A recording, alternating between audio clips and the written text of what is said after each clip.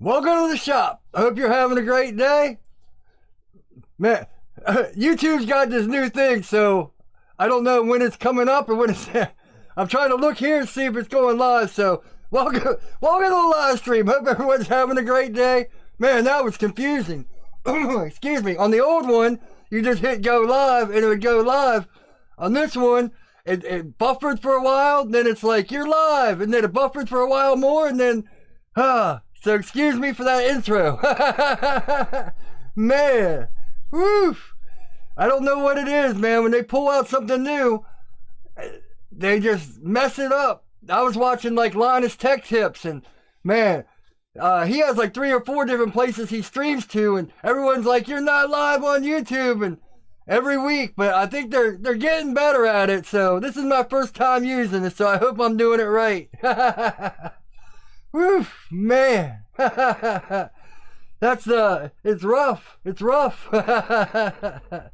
Oh, I guess I just gotta cover the thing so I can't see what I'm doing because it's all in like the 10-second delay. But anyway, let's get to it.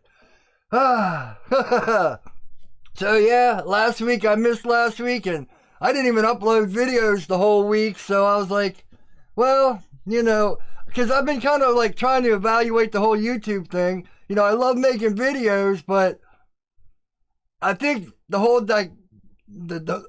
excuse me, the whole dynamics of YouTube is changing because when I first started, everyone's like, you have to be consistent. You have to upload consistent. It's all about consistency. The more you upload, the better. But, you know, so I was doing like, what, 2 videos a week and then the live stream. Excuse me, I've been running around. And then, I don't know, so when you're putting out that much stuff, it just seems like the content wasn't as good as I wanted. I mean, it was pretty good stuff, but so I was like, man, I'll take a week. In fact, 2 weeks ago, I was a week ahead. And then I was waiting for some steel for my dagger and a whole bunch of other things came up and yeah. Hey, what's up, Bootleg Blades? How's it going? So I was like, man, I was a whole week ahead and then I put out that one knife making or grinding bevels video and I had another one loaded and yeah, then everything kind of came to a halt there and I was like waiting for the steel and all that and I was like, I'll do handles. But then I was like, well, I've got like 5 or 6 videos on how to do handles, but they're all in parts, you know? And I think that's what I'm going to try to get away from, doing like a whole bunch of part videos. And even if I only upload once a week or whatever, take more time. Like this video that's coming out Tuesday, I've got it all done. It's like start to finish handle, you know, instead of like doing one part here and then the next part. Something caught my throat.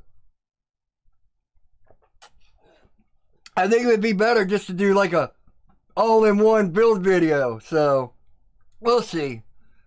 SLG Foxy, hey, how's it going? I ain't seen you in a while. Hope everything's good. But, yeah, so, I think that's, you know, I think that's the one thing about YouTube and things. If you get stuck in a pattern, you have to keep going. You have to, you know, kind of progress. Going good, out tempering. Oh yeah, that's San Mai. And building guards with the surface grinder. Right on. Yeah, man, I can't wait to see that San Mai. It should be pretty sweet. Definitely. I like that last video. It's cool. Oh, man. Yeah, so I think instead of being like worried about being consistent, oh, I got to get a video out Tuesdays and Fridays and do the live stream. Now, I like doing the live stream, but sometimes I just don't have things to talk about. So it's like, do I sit there and try to find old topics and BS my way through it? Or do I, you know, take a week off and do it? In fact, I was watching Simple Little Life. And he, you know, I guess a couple weeks ago, he was like, I'm going to do 30 videos, or I'm going to try to do 30 videos in 30 days. And I think he got like 10 or 15 done, or and then he took a couple days off and then a couple more days off. And he was like apologizing for taking days off. And it was funny because the advice I wrote in his comment made me realize I have to take my own advice sometimes, because I was like, man, you know, it's like the only people that really care about the uploading is the person putting it out. Like he's so worried about, oh, I need to make 30 videos in 30 days, because he's the one that put that restraints on him. Just like, I got to get out a video every Tuesday and Friday. And like I said, I told him, it's like, people like the content, they're going to come back. Doesn't really matter what the content is or when you put it out.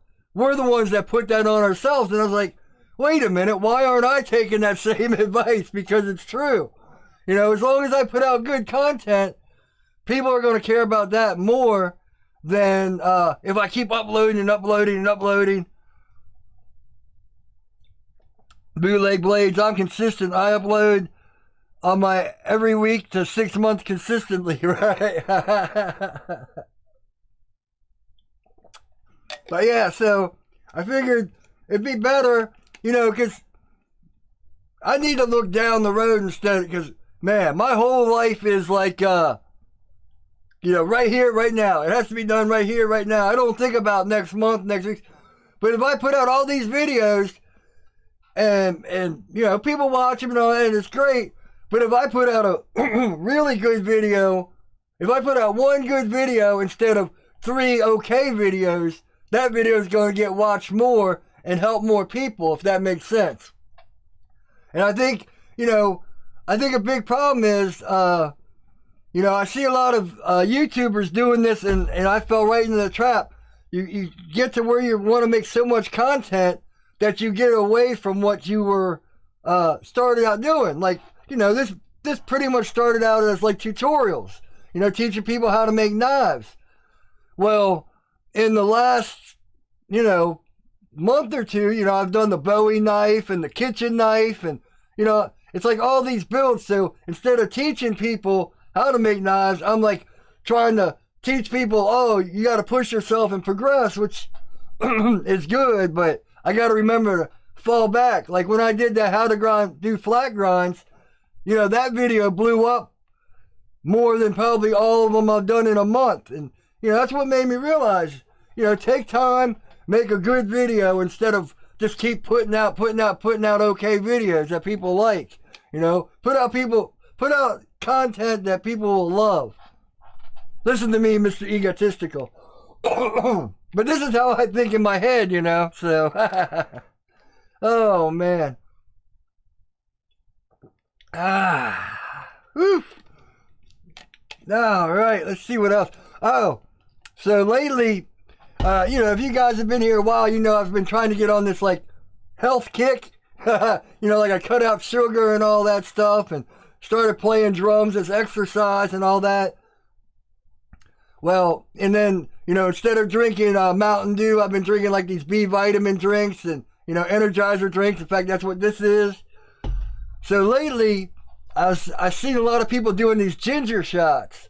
It's like 1 to 2 ounces of ginger and turmeric and all this other stuff that's supposed to be really good, like lemon juice and antioxidants. And man, they are just like really healthy shots, In fact, that's what they're called, wellness shots. But man, if you ever try to drink one, I'll tell you what, when I was in my early 20s, I drank so much tequila that even if I smell tequila now, it's like, oh, I want to throw up. But I would almost rather do a tequila shot than these wellness shots. So what I do is, I bought this other stuff, it's like Immunity C or something, it's supposed to be a whole bunch of vitamin C. So I mix that in for flavor, and then I pour the ginger shot over it, and then I fill it up with water and stir it up, and man, it still burns. Every inch burns, but it's like, I noticed the more I'm doing like B vitamins and all these vitamins and all this other stuff, the less I'm eating. And it's like, I don't even, a lot of times I eat not because I'm hungry, I eat because I'm bored. Just like smoking, or like a habit. It's like, I finish editing something, so I'll go smoke or I'll go snack on something. But since I cut out all that sugar and all that stuff, I don't have the sugar to eat, so I still want to eat something. But drinking these things, I've noticed, man, it's either that or I'm just getting farther and farther away from sugar, so I'm not craving it.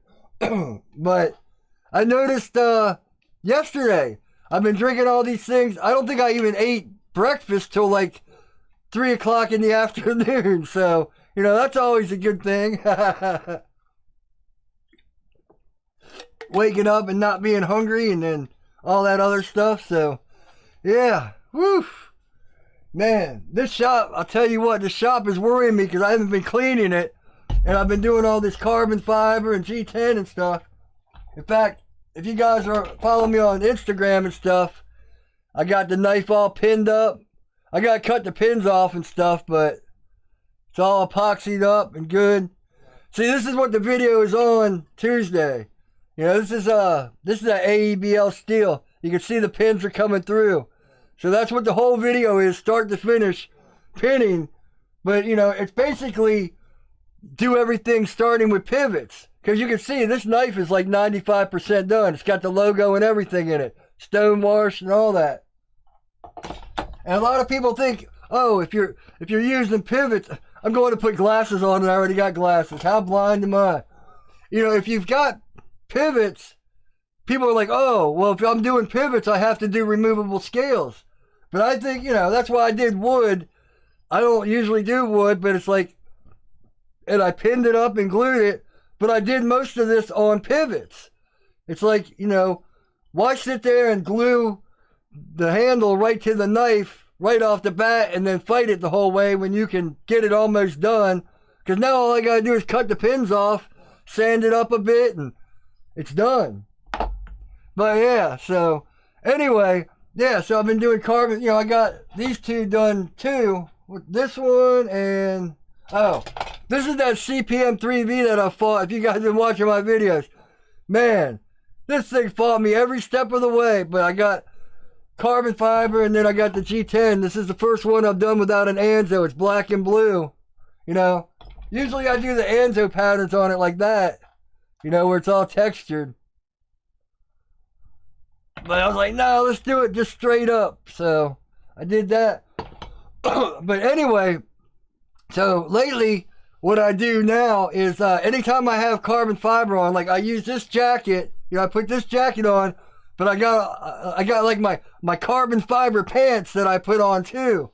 And so yeah, so I'm like all suited up and I got the fan blowing on my back and the window open, and it's just like, man, you know, you gotta wear that because it's freezing for one, so all that. But I need to, all morning I came down here, I opened the window and I had a fan blowing out because I really need to clean the shop. Every day this week it's like, okay, I'll clean the shop today. And it's like, ooh, shiny knife, let me go grind the bevels. I'll clean it later. And then later turns into the next day and the next day and the next day. In fact, the lady that came to clean the house, I was like, you want to come back next week and clean my basement? She did it a couple months ago, and I even bought her own respirator. I was like, if you're going to be cleaning down there, you have to wear a respirator because it's bad. But yeah, so I turned the fan on. I've been blowing stuff out all morning, you know, because sitting down here for an hour might not be a good idea, but I've been trying to clean it out. When I first walked down here this morning, I could taste, you know, that chemical taste of like G10 or carbon fiber, but I don't taste it anymore, so hopefully, you know, everything's settled for an hour. Now, when I start tasting it, you might see me be like, all right, I gotta go. But anyway, what I've been doing lately, because I don't wear shoes, and that seems to be the comment I get the most, and it's so funny, knock on wood, I shouldn't say this, but I noticed when I was doing all these handles, I almost grazed the belt like 4 or 5 times, but I didn't hit it. The last time I was wearing shoes, I put a big old split in my knuckle from hitting the belt. And then the time before that, a big old hot piece of metal went down my shoe, and it's like, it just seems to be like when I wear shoes, I get hurt.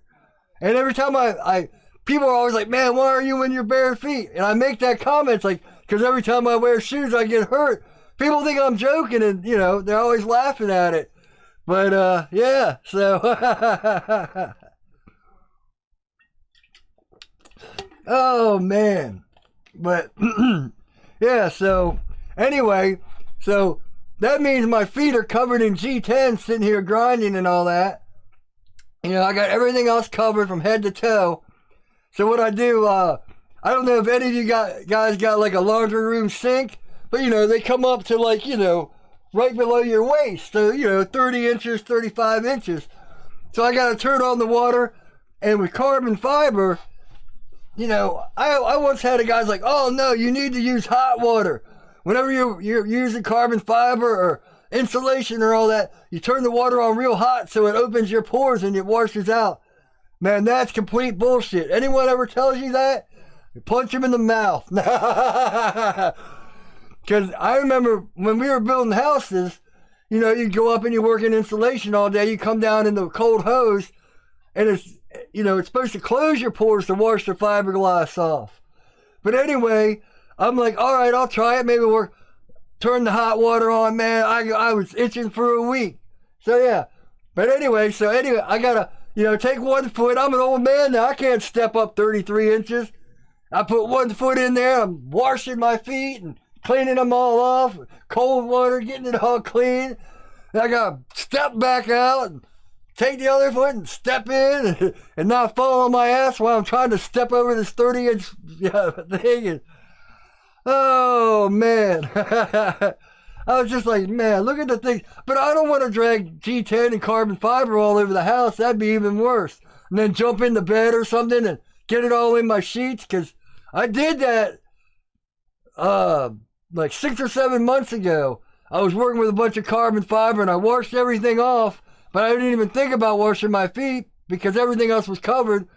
Jumped into bed, and for the next week I was itching. I had to take everything off my bed and wash it, and it was like, oh man.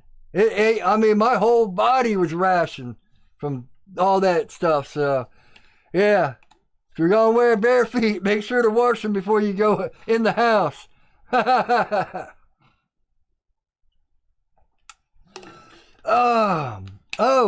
So,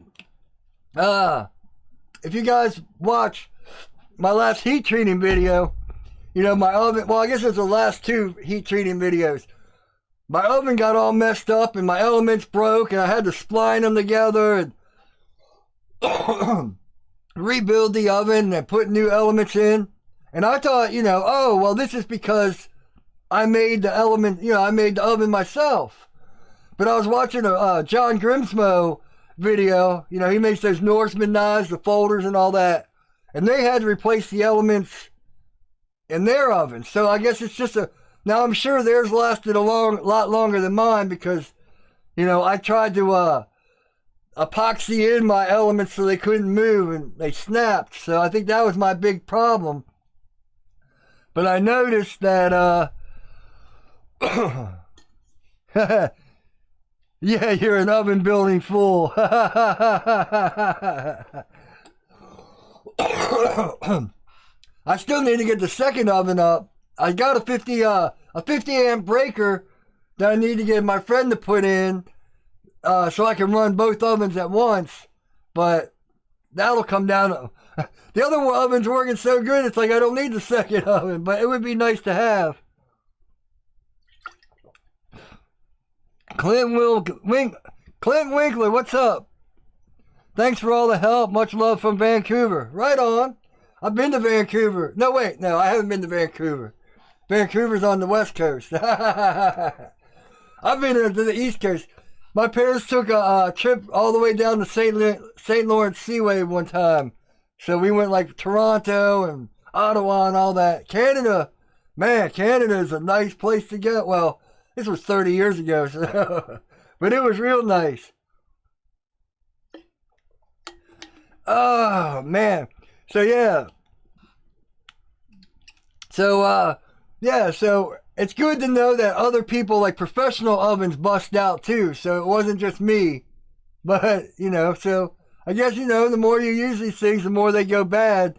But, man, those elements get real brittle after, like, because I think that's what it was, because I was trying to do stainless. So the 1900 degrees, once it got over to 1600, it was just popping and getting not, because, man, I had that thing working at, for regular heat treats fine. So, anyway, you live and you learn.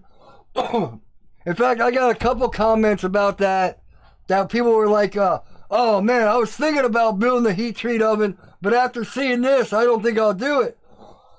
And it's like, well, if you can build one, I think it would be the best idea. I mean, I think the cheapest heat treat oven is like $1,200.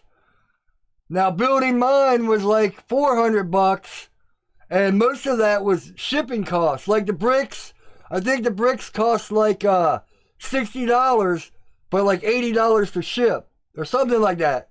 It was some crazy thing. So, $150 of that oven cost was shipping the bricks here.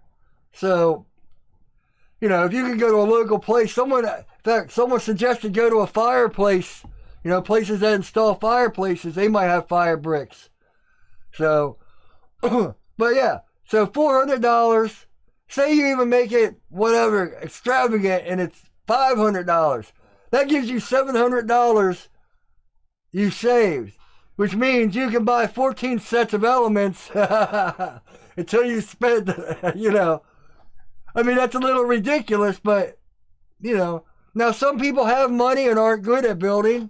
And, believe me, if I had the money, and I would buy an oven, but I don't know. I love building things. I get half the pleasure of building it. Hey, what do you use to grind the blade to a nice finish? Do you hand sand the knives? Well, it depends. Like this finish, I think this is like a Trizac A65. It's got like the thick grind lines. If I can get it clean. It's got the thick grind lines. Well, not thick. But then you got knives like this. Well, yeah. This is all off the belts. Where I go from like an A65 Trizac down to an A30. And then I get these aluminum oxide belts that go like 1,000, 1,200, and 2,000. So I'll go Trizac 65, Trizac A30, then the 1,000, and then 2,000. And usually I don't hand sand. Now, if I want it to really pop and not have grind lines and stuff, I'll hand sand. But I'm not a big put it this way. It's all a give and take. Now, you can spend an hour hand sanding, or you can spend 5 hours obsessing over belts and getting your perfect grind lines. So, I mean, 5 hours is a little extreme, but it's going to be hard work no matter what you do. If you want to go up to a 400 grit belt on the grinder and then hand sand it up to 1,000 or whatever and get that mirror, really, it all depends on what you want to get out of your grinds. Now, I see a lot of people out there that have those thick, heavy grinds and all that. That's probably only a 120 belt. So, in fact, yeah, I don't think we're going to see it. But like those grinds, those I think are like a 120. See how much thicker they are than, say, this? See, those are more conformed. My greasy fingers are all over everything. So, like these grinds, I think these are, these might be a 240. So they're a little bit thinner. Yeah. And then this is the same. This is up to the 2,000. So it's all about what you want to grind. It's all about what you want out of your grind line. Some people like, in fact, the thicker grind lines I'll probably keep on some of the knives. And each knife is different. Like if you're doing chef knives, you probably want that high polish and all that where it's nice and clean and all that. Yeah. just made a chef knife, but really struggling with the finish of the blade. I've gotten better on the handle though. Right on, right on. Yeah.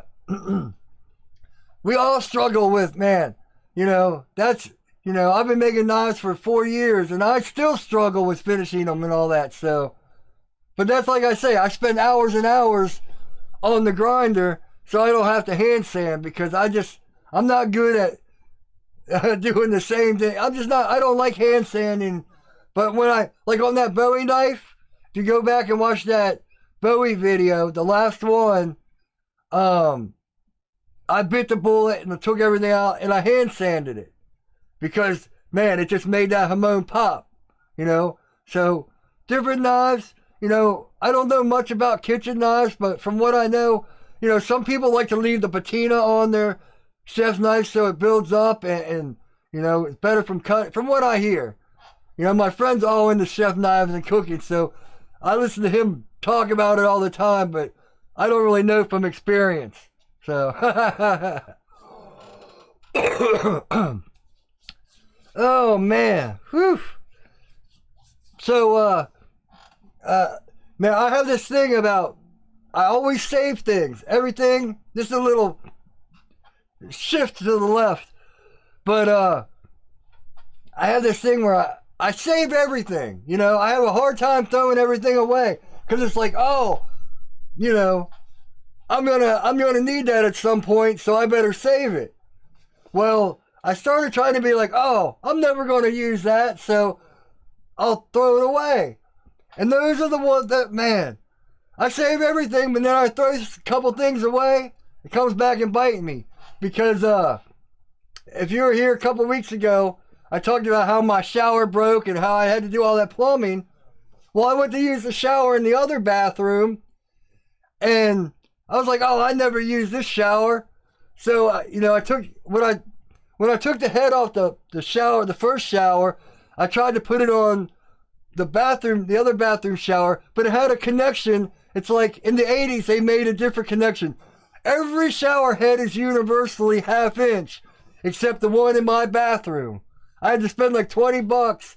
But of course, the shower head I took off, I was like, I'll never use it, and I threw it away. So I had to buy a new shower head. I had to buy all these adapters.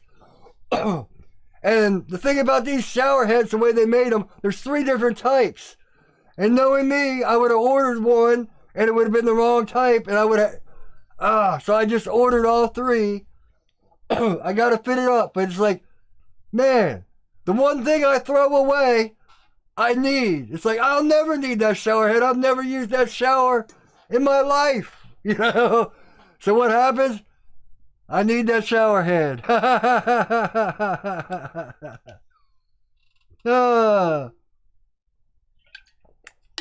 Bootleg blades. No, it's not kind of hoarding. It's definitely hoarding. I got useless junk I never use.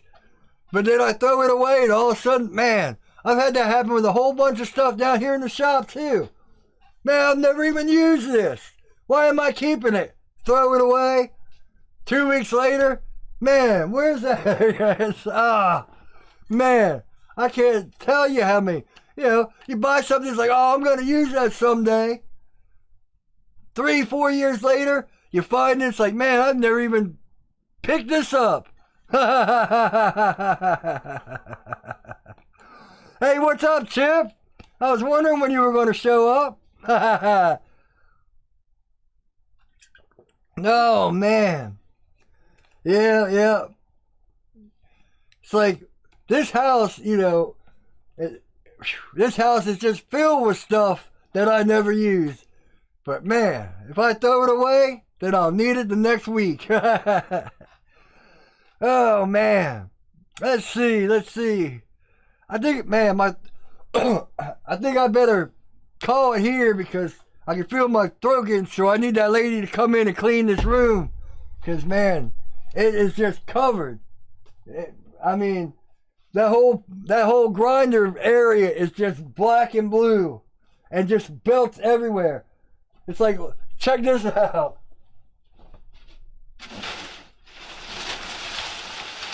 And this is only a little bit of it. Oh, I shouldn't have done that. I probably just... All right, I'm going to call it. Thanks for watching. I just probably kicked up a whole bunch of crap.